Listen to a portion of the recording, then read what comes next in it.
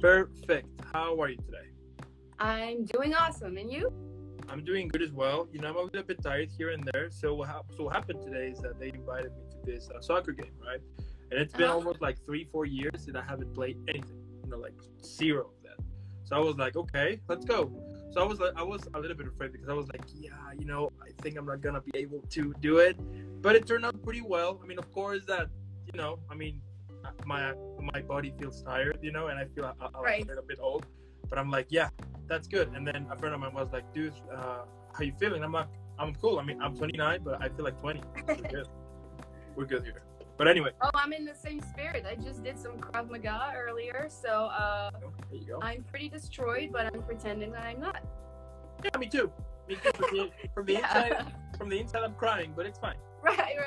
Exactly. Right. So welcome to the show. It is so cool and awesome to have someone as badass as you. So before we start, I have to give you a proper welcome. If you have seen some of my episodes before, you know exactly what I'm about to do. If not, let me just show you. Give me 1 second. Wait. There you go. There you go. Perfect. Love it. Amazing. Love it. Love it.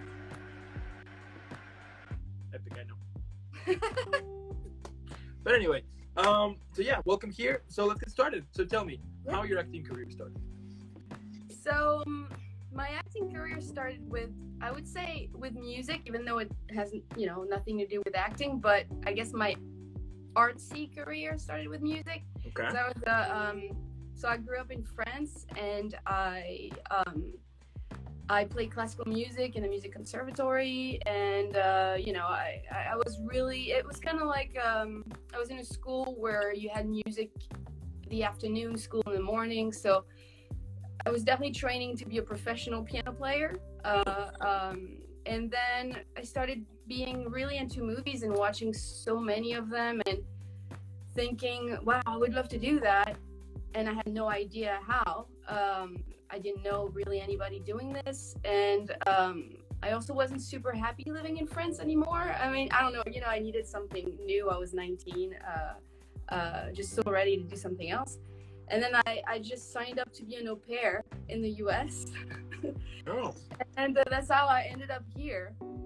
So it wasn't really, I wanted to speak English because, a lot of film school in France, you have to actually be good in English, but I'm not really crazy about being in school, so I would rather learn something,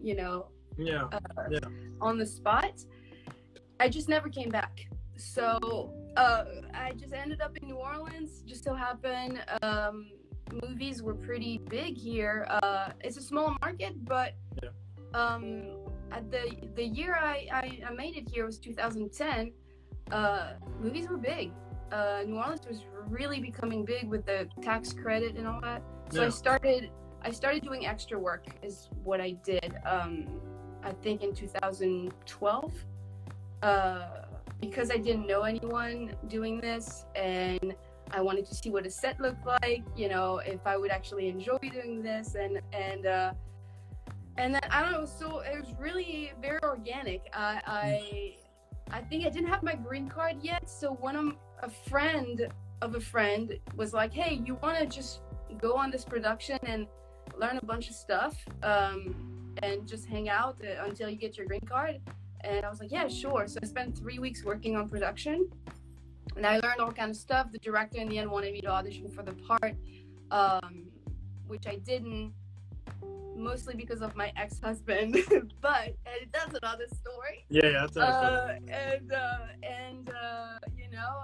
After that, that's when I started extra work, and I had my first audition for a short film.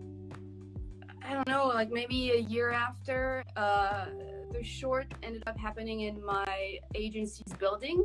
Okay. So, they became my agency. They heard the audition through the door, I guess, and they were like, you have someone? Are you looking to sign with someone? And I was like, sure, at some point I'm looking to sign with someone. I have no idea what to do. Yeah. And they just said, well, we'd like to sign you. There was a small agency starting. I was starting. It was perfect. So that was my first agent. There you go. So I started doing extra work and student films, and eventually I stopped doing extra work because I was getting auditions for these shows. So you can't just be an extra in those, or you lose it. I love So it. that's where I started. That is such an epic story here. I mean, have you ever thought to make it at some point maybe a movie? That'd be cool. If I've what? Like, if your story, we put it into a movie one day. Oh yeah, a lot of people tell me that actually. Even with my my actual love life, because I'm remarried, and I met my husband in Thailand, and he's Spanish. I'm French, and we live in the U.S. So that in itself is a story, and a lot of people, I think, would like to make that story one day. Yeah, it's absolutely. A big budget, though. It's a lot of different countries too. Yeah, that's true. That's true. And like back when you were starting, right? Like, what were some of the challenges that you have? Well, I think my partner at the time, it was hard to make everybody understand what path you were choosing, and people believing that you could do it, or accepting that you wanted to do it. And at first I wasn't in New Orleans, so the distance was complicated. I think the most challenging thing was to find a side job that would be letting me do this. And I think that's like the reality for starting actors. I mean, there's like 1% of SAG actors. So if you're in the union, there's only 1% of SAG actors that actually make money acting. So enough to just live from it. So you have to just know that that's the reality. And for me, it was super important to find a job that I would enjoy, because I know that it's very likely I will do that side job for the rest of my life. I hope not. I hope that I can live from acting eventually, only.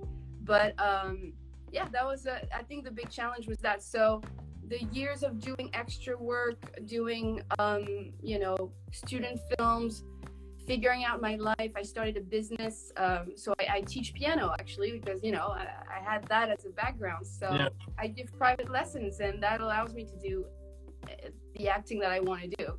So I can leave, I can cancel classes. It's no problem. I love it. That was the biggest challenge. Okay. So in 2014, you were in Star-Crossed, Patriots Day, the Model Yankee, Survivante, and the Picture of Dorian Darther, GTO. Tell me, like, were those some of your first projects? And like, what are some of the things that you actually enjoy about them? I did not enjoy all of them. That's one thing. I think, so the reality is that, you're starting as an actor and actress, however you want to call it. And I was like, I'm going to say yes to everything, because like, I have to learn. So I was doing extra work, and people were like, I would meet people like, hey, you want to be in my movie? Sure. And then I regretted it on a lot of them. But this is how it is. So I'm not going to talk about all of these movies. Survivante was one that was interesting in the way that I met a lot of people in that movie, because it was a 48-hour film festival. So you build up a team, and you create a movie in 48 hours. Shoot it, write it, shoot it, edit, send it in 48 hours. And it was a friend that became a really good friend of mine now. He saw me in an acting class, and he was like, I want you to be in my team this weekend. And so through that movie, I met a lot of people, and that was like the most serious film I had done, I think, where I was like, even though it was a short film and really quick, it was just like, I want to do this. Like, I really want to do this. And from that, I started meeting a lot of people little by little. But, let's say I've done more films that were more interesting than a lot of these movies that are on my IMDb. Because I've done a lot of student films, and I think that was so great, because you learn so much. At the time, I was about 21, 22, I think. So a lot of the college students were the same age as me, and all trying to figure out, the movie industry together. So it was perfect for that, for sure. Okay. And then in 2016, you were involved in even more projects, such as Vincent and Roxy, Saltwater, Among Strangers, Bookie, and Silent but Deadly. But tell me, like, how you usually prepare yourself for a character? For a character, I mean, I understand, of course, it depends on the role, of course. But Right. like, what are usually the first steps, or usually like the first, yeah, like what sets your mind into this character creation journey? Well, I think it would be lying to say that at that time in my career I was really thinking, oh, character building and all that, and especially because these roles didn't really require that. But I think I do more character work. I've done a couple films where, the latest ones where you have to do a little bit more character work, and I think acting class is where I learned how to do that. And I wouldn't say that I'm actually completely that I know how to do that fully. Like, I'm still figuring it out, every year. I think the way I build a character is different, because you learn new stuff all the time. But of course I'm gonna, by the way, you're probably gonna have to bring me back to the point that you were making, because I'm yeah, not a problem. Okay, good. Like, what was your question again? Like, like how you usually prepare yourself for a character? Well, I can tell you right now what I'm doing for just this acting class I'm taking. Definitely not learn the lines yet. I read, if I have all the material, which, if you book a movie, you have the whole material. Yeah. Read it all. I write down right now, like, everything, every little thing that people say about me or that I say about myself. I just write that on the side, so I can remember. And then, if it's a certain scene that I have to, for example, for that acting class, I'm not doing the full movie, but it's a long scene. Every line that I say, I really want to know why I'm saying what I'm saying. And by the time you're done with that work, you really do know the lines. I mean, it is just, I think that's how you build, your character. And then, of course, doing the character history, the background.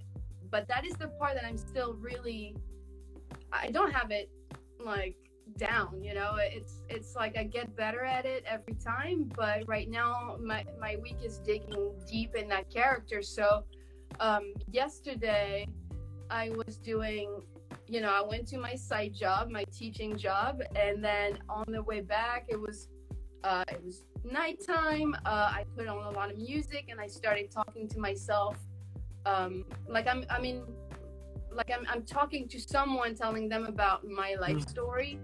And I was trying to figure out, it was a background where, like, my parents have died when I was very young, and I was visualizing the scene of learning that they're dead, but actually explaining to someone how this happened, just to really make it, if you say it out loud, it's very different than writing it down too. Yeah, I bet. It's also something I figured out, not too long ago, because I was like a good student, just writing down things, like, oh, I'm gonna sit down and do my work and write down on the notebook. But then as soon as you start saying it out loud, it just it gives you something very different. So I guess that's how I prepare now, but it's definitely not what I was doing back in 2016. Is that what it was? Okay. Learning every year, Okay. And what are some of the things that you enjoy the most about playing a character? That everything's acceptable. Fair enough. There's no judging. You can do anything. I mean, I've played, like, I like playing psychopaths, or just people that are mean. It's so much fun because you can't be mean in real life. I mean, I'm not mean in real life, but the fact that I can be in a movie is really fun. So that's definitely stuff that I enjoy doing. Okay.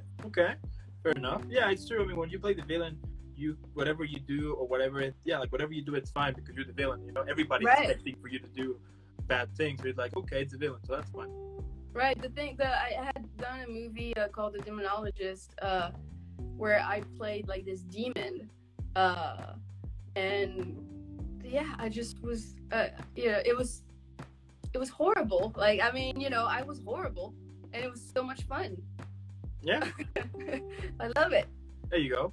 And then in 2017, you were in Summer Baby, American Girls, Purgatory Road, Murderous Affairs. But tell me, like, what do you think is one of the challenges when you are in the process of character creation? Your side life is Okay. challenging Okay. because you're zoning out thinking about that character. I mean, I it's like all the time. Like my husband will be talking to me, and I'm like, what? Huh? And it's just like I'm thinking about things, and if you're in that, you're thinking about a certain storyline. I mean, background, a sad story, whatever, and it just really put you in a zone for like 2 hours, and it's hard to get out of it. Mm. So your side life definitely is challenging. Also work, because I would love to be able to think about acting 24 hours a day, Totally. but I have to think, all right, so I'm doing this character work, and yesterday, for example, it was really hard to get into it while I knew I had to teach 5 kids after. So that's why I kind of like to do it on the way back from work, especially if I'm driving a good bit. I get to put some music and get in a zone. That's finding the right balance with a side job, because that's the reality, is that I have, like many actors, you have to have a side job. Okay. Okay.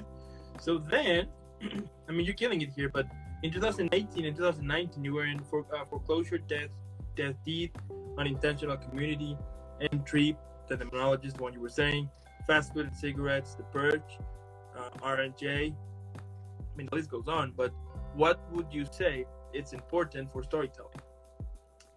I think relationships is, there's so many things that are important, but I think relationships is it's clear that, people have to feel it, whatever. Yeah. I mean, that year I played a lot of different things, but you play a wife, you show up on set, you don't know the person. Actually, it's a pretty funny story that one of the movies, I had rehearsed with someone who was playing my husband, and we probably did like 2 weeks of rehearsal, and I show up on set and the actor has changed. Oh, okay. My husband, so yeah, it was a completely random person, and nobody had warned me either. It was interesting. So I just show up and ask, where is whatever his name was. I'm not gonna put his name there, but and they said that he's done. He's not doing it. So like his manager had decided that he shouldn't do that movie, and then he just like stopped last minute. So I think, yeah, again, I lost track of what was your question, but what was it? Yeah, the question is like, what do you think it's an important aspect for storytelling? Relationships. There you go. Especially if, like, again, like you build up, obviously you build up a relationship, say, with your husband. In the film, you have to figure out so much about that character history. You can't rely on the person that's going to be there that day, because it can change. So you need to make sure that it's super solid before you go on set. And then the reality is that really you just play with people you've never met before, and you have to be very close to them. So being very clear on that is super important. Okay. I love it. I love that. So then, I mean, last year you were in Leverage, Redemption, Demigod, and Vampire Bud. What can you tell me about this project? So Demigod, actually, I'm gonna plug this because the Blu-ray came out, so it's available in VOD. So that one was shot in Mississippi during COVID. I mean, obviously we're still dealing with COVID, but it was interesting to shoot this in the woods. It was a bubble. We were all sleeping in cabins and living in the woods for that movie. So very method. That movie is, the main actress is Rachel Nichols, who is the star of the TV show Continuum. Okay. She's really good. I mean, it was so much fun to work with her. I mean, the whole team. It was really, really fun. Super cold, so that was hard. but we made it. After that, what was Leverage? Leverage was awesome in the sense that I worked on 2 TV shows as co-stars. So I don't know if you're familiar with the terms, but co-star is basically you have a 1, 2, 3, 4 lines. I mean, it's a very small part. Yeah. Usually you don't have a name. You're just a waiter, a staff member, which I think that's what I was in Leverage. But it's actually super valuable to have these kind of parts. Like it's almost what counts the most for casting directors, that you have a part in a TV show, because I think just because you go through the process of being approved by the studio, the channel, you know, and you went through that whole process, makes it look more valuable than a lead role in an indie feature. And as soon as I got The Purge, as I worked on The Purge, and then Leverage, I started having a lot of auditions, and bigger auditions, like for guest stars or series regular, things like that. So that definitely was amazing in that sense. What was weird about Leverage was that I auditioned for a French character, obviously. I don't always audition for French characters, but just so happened this one was French. It was happening in French, so they wanted me to be really. I mean, actually, it was not the audition was written in English, so I just had to speak with a French accent, like really exaggerated, you know. So I book it, and I show up on set, and the director's like, so picture that I think I was just supposed to say, "Follow me, please." Okay, so could have nailed that.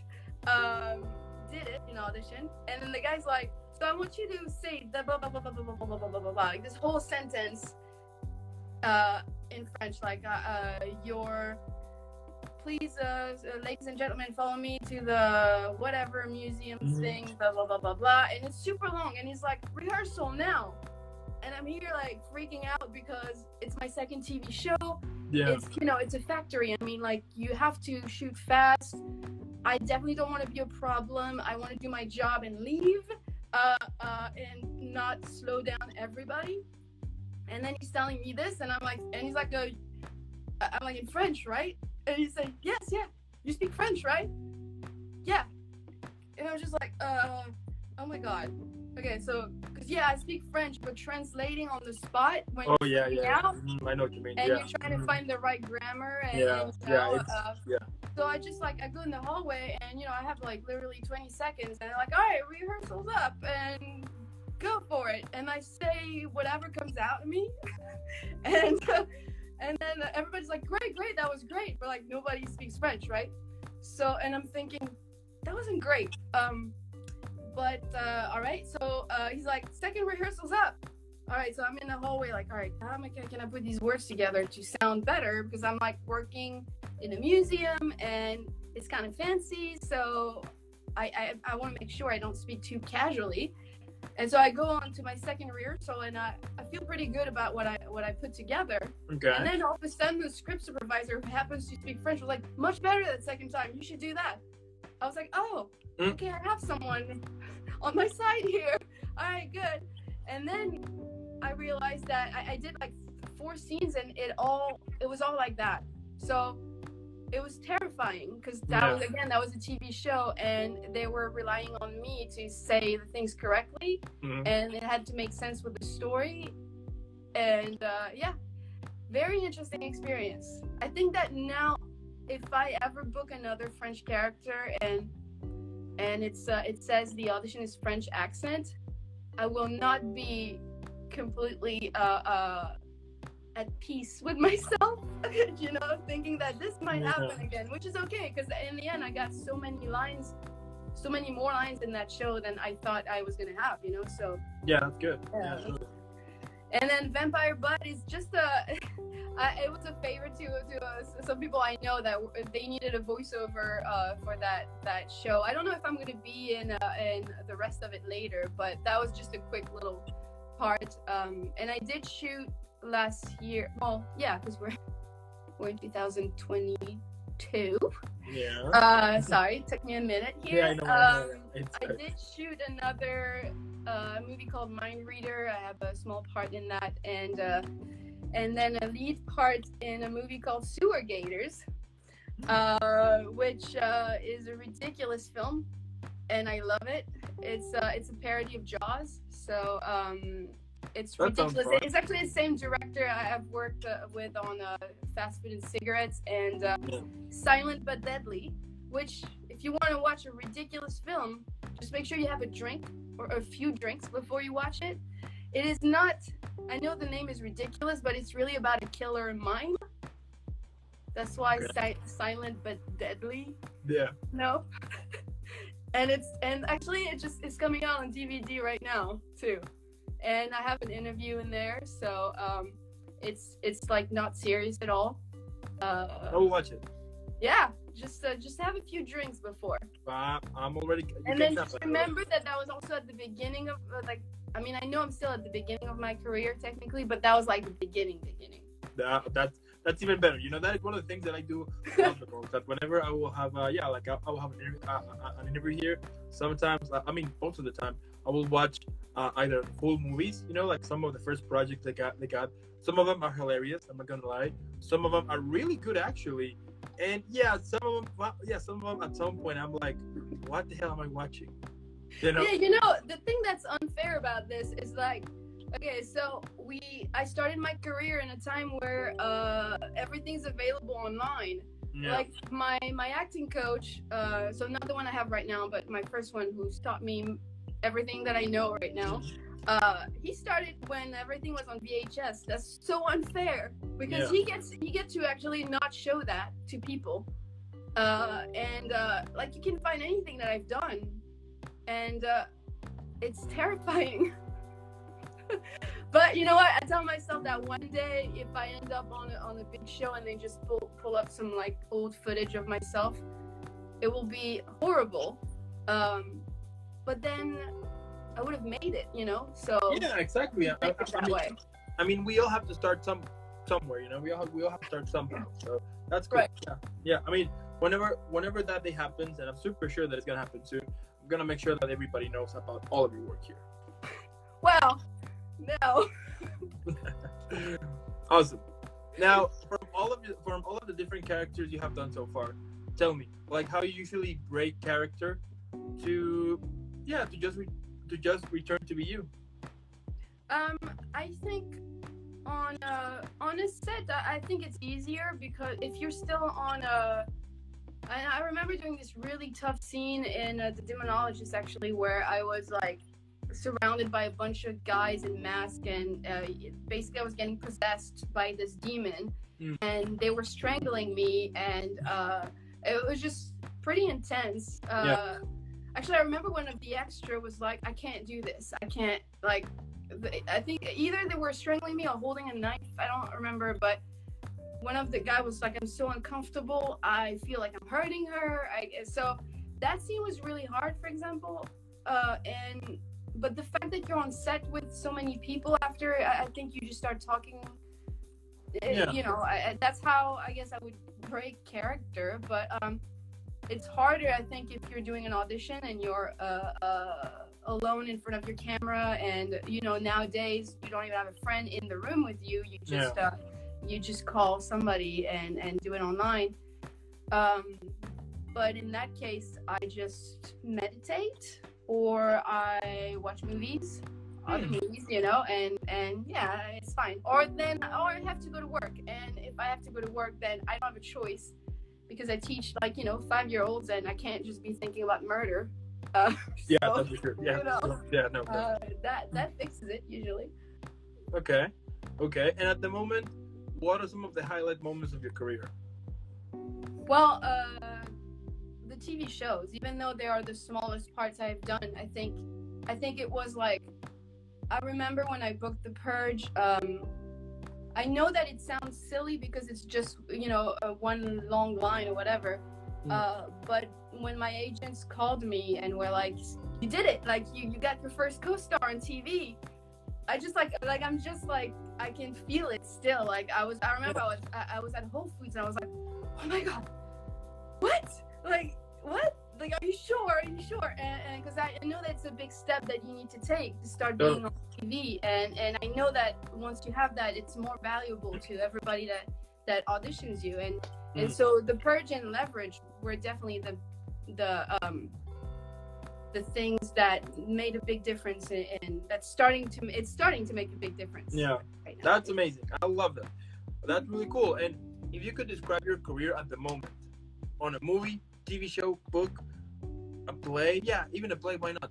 What would be the title of it? So, I think, okay, so right now it would be like Hunger Games, but directed by Wes Anderson. You know, like there's the intensity of the fight for the parts, but I'm dealing with that much more. It's with more humor and color, you know. Back then, it would have probably been just Hunger Games. Okay. I think now I'm at a time where it's I'm okay with rejection because this is how it is. Like you get rejected all the time, you have to be okay with it. And it's pretty recent that I feel like that. I think I'm just like, all right, fine, I didn't get it. I just have to be better.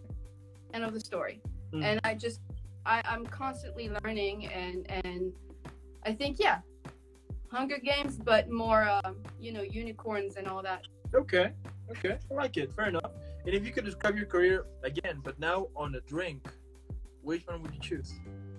Like which drink would I actually drink while I'm talking about my career, or what drink would describe your career? Yeah, what drink describe your career? Like a margarita, sweet, sour, and salty. I don't know. Okay, yeah, that's cool. I love it. I love it. Yeah. And like my last question here is, what motivates you? You know, I think we all have those days, you know, which we just don't want to do it anymore. We just think that we might not be that good as we think we are. We just want to stop doing it, you know. We just want to find something else. Let's say we think that we have wasted our time. I mean, I could go on from negative stuff here, but what gets you out of those toxic thoughts and just continuing pursuing the thing that you love the most, which is acting? I think, well, two things. I think like watching other people. I mean, you know, I watch TV all the time. I watch movies all the time. Yeah. I'm constantly inspired. There's no way that I can stay in a funk really, because I'm constantly inspired by things that I watch. And like, I know I can do it. I know I can get there. So it's that gives the fact that there's so much good stuff out there to watch. Get inspired with is definitely what's keeping me on track. But I've definitely had these feelings of like, I'm not good enough, you know, I suck. Like now also when I watch myself, in a way, it's motivational because I don't love to watch myself, but I have to do it because that's how I get better. And every time I watch myself, I'm going to be like, yeah, wish I did that now. A year later, because, you know, you watch your projects a year later and you're like, I've learned so many more stuff. Like, I wish I would just do that all over again. So that's motivational. And, you know, every time I get an audition, I'm just like, I'm on fire. Like, that's like, yeah, all right, let's do this again, you know? Let's just show them, you know? I want them to call me back and give me another audition. Like, I'm not even trying to book, you know, the thing, which that's also something that's pretty new. It's like, before it was like, no, I need to book this. This is my life. Like, this is the role that I need, that putting so much pressure. And now I'm more like, I better send good work because I want to get more auditions with these people. Totally. So there's a lot of, I'm very different from when I started. That is amazing. That is epic. You know, one thing that I will have to do here, and it's kind of a tradition here, I need to drop this mic because you basically drop it here. So drop it. I don't have a drop, but you can do it for me. I'll do it for you already. Yeah, I'll do it again. Yeah, do it again. Awesome. Thank you. Awesome. So, I mean, what can I say? I mean, your career is super cool here. I'm super sure that eventually epic things are gonna come super soon. Because I've said it also in previously in some of my episodes here that I do believe that when you are honest with yourself and you do things because like you do things by heart because it's what moves you. It's your passion. Eventually, more and more epic stuff come. And the fact that you are creating it here, you're making it happen. That's really cool. And the fact that your story here it's super motivational. That the fact that you moved from another country to start basically from zero. I mean, and now look at you. You have already a career that is going up. That is really cool. That is impressive. That is awesome. Thanks, man. Thanks. Yeah, absolutely. And what else can I say? I mean, I also want to thank those who are watching this right now. Thank you so much. If you're watching this later, also thank you. Or if you're watching it on YouTube, listening it on Spotify or Apple Music, make sure that you follow Manon in all social media. Normally, what I would say is super simple. So you're gonna put pause. You're gonna leave a like, subscribe, follow. That will help me a lot, and I do appreciate that a lot. And then you're gonna follow her. You're gonna leave a million likes. I mean, let's make sure everybody knows about how awesome. All these hearts, guys. Yeah. I mean, let's keep sending hearts here. Let's keep up with them. And also before I send you off, also wait, I forgot. Also, if you're watching this, if it's your birthday, happy birthday. If you're having a good day, keep having it. And if you're having not a very good day, hope this video helped you. So and now before I send you off, I need to send you off properly again. So yeah. There you go. Epic. Now, keep killing it, and I'll see you in the next one. Thanks, man. Bye. Have a good one. Bye.